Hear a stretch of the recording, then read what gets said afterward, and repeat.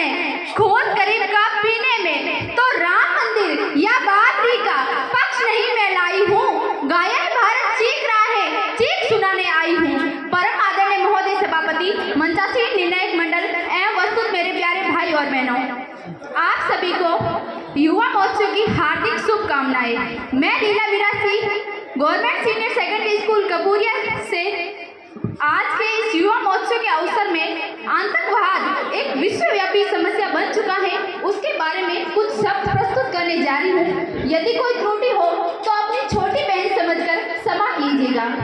महोदय, दर्द हद से तब गुजरने लगता है जब मेरी आंखों के सामने ताज, पुलवामा और छत्तीसगढ़ में शहीद हुए जवानों के सख्त विशद अचले शरीर के टुकड़े, रेत के टीलों से ऊपर जाती लाशों के ढेर और कश्मीर की खून से सनी लाल रंग की सड़कों के दृश्य सामने आते हैं, तो उस पर मेरा ये कहना है कि महोदय, मानवीय अधिकारों की अनुपालना करते हुए देश से उग्रवाद और आतंकवाद को समाप्त किया जा सकता है।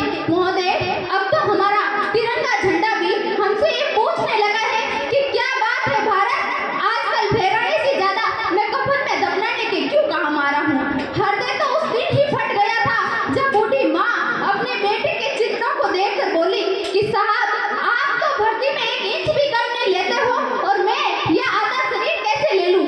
आज इन मानवीय अधिकारों के कारण इन आतंकियों के बदलाव के आंखों की नाखूनी हंसती है और एक शहीद हुए जवान के घर के आंगन की तुलसी रोती है। जब एक शहीद हुए जवान की विधवा की वेदना चीख चीख कर ये कहती है कि प्यार भी भरपूर गया, मान का सिंदूर गया, नन्हे नौहालों की लंगोटियां चली गई, छोटी छोटी बेटियों की चोटियां चली गई और आपके लिए तो एक आदमी ही मरा है साहब, परंतु मेरे घर की तो रोटियां ही चली गई। महोदय, किसी भी युद्ध को जीतने के लिए पहल करना सबसे ज्यादा आवश्यक है, क्योंकि इतिहास गवाह है कि पहल करके बड़े बड़े युद्धों के परिणाम बदल दिए जाते हैं। आज हमारे देश के जवान कुछ इस कदर बने हुए हैं कि वो अपनी ड्यूटी पर खड़े होकर भी आज पहल करने से डरते हैं, क्योंकि महोदय, भविष्य में उन्हें कटघरे में खड़े होने का डर सता रहा होता है। वो आज ये जानते हैं कि एक उग्रवादी की राइफल से निकलने वाली गोली को यह तय करना पड़े या ना पड़े कि वो किसे लगेगी,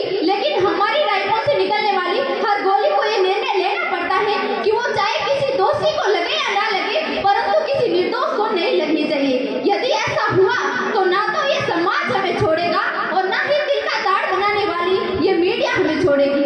महोदय, किसी भी युद्ध को जीतने के लिए महोदय, इस तरह इन मानवीय अधिकारों के तले किसी भी जवान को दबाकर युद्ध के मैदान में छोड़ देना कोई वीरता नहीं, एक आत्महत्या है, क्योंकि एक फूल को श्रृंगार दो ये मुमकिन नहीं और एक वीर को झंकार दो ये मुमकिन नहीं। जो हाथ बांधे सेना के, ऐसे मानवीय अधिकारों के पालन संभव नहीं।